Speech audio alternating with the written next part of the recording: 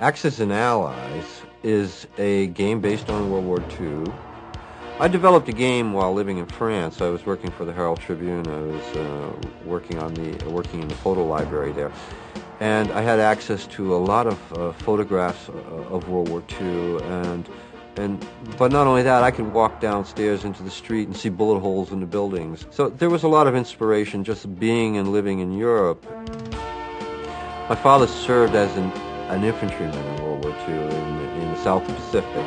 He kept track of his experiences by way of a diary, which I stumbled across, and that began our dialogue with one another about World War II. And I read through the pages like it was this amazing novel, and then always in the back of my mind realizing that, hey, my dad did this. The original game was 1942. 1942 was the high watermark of the Axis expansion. When I made the original prototype, I knew that we had to play the game on a world map. History repeats itself in Axis and Allies so very, very often. I mean, it's going to have to be resolved. Who controls North Africa, the Germans or the British? You're going to have strategic bombing of Germany to wipe out some of their industrial production. I want to remind you that in no way was World War II a foregone conclusion that the Allies were going to win. In fact, World War II could have been lost, and that possibility is represented in this game.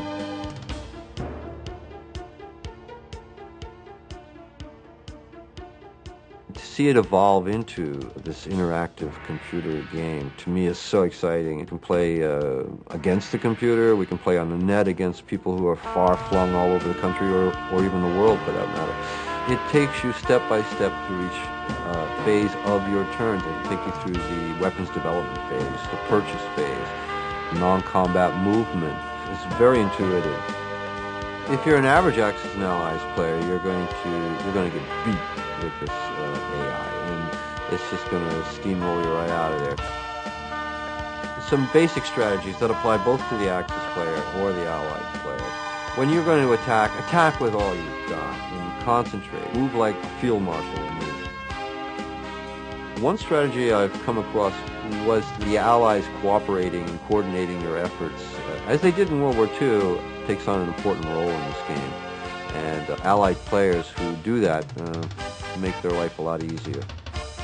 It seems like the Allies, as historically they did, just seem to dominate the Atlantic Ocean, and I'm looking for different ways, and I'm studying different strategies for the Germans to, in fact, reverse that situation. I've considered building a German factory in Western Europe so that they could launch directly into the Atlantic, their submarines, their naval power there. Weapons development in Axis and Allies is very important. In this game, you have the option of spending some of your limited resources on developing special weapons like the long-range aircraft or rockets. The CD-ROM has some interesting features. You can change the defensive and offensive values of the different weapons. For example, you could turn a tank, which normally attacks with 3 and defends with 2. You could change that to 3-3. I mean, call it a super tank, and that's fun. You can set up your own scenarios, see what the results of a given attack or battle would be. Hasbro Interactive will have a website for Axis and Allies, and it will be axisandallies.com. My father represents to me that World War II generation that we as Americans and the free people of the world owe so much to. This generation grew up in the Depression. In their late teens or 20s, went off and fought the biggest war in history and won it. I dedicate this game to my dad and all of the people who participated in this war, the people of this World War II generation.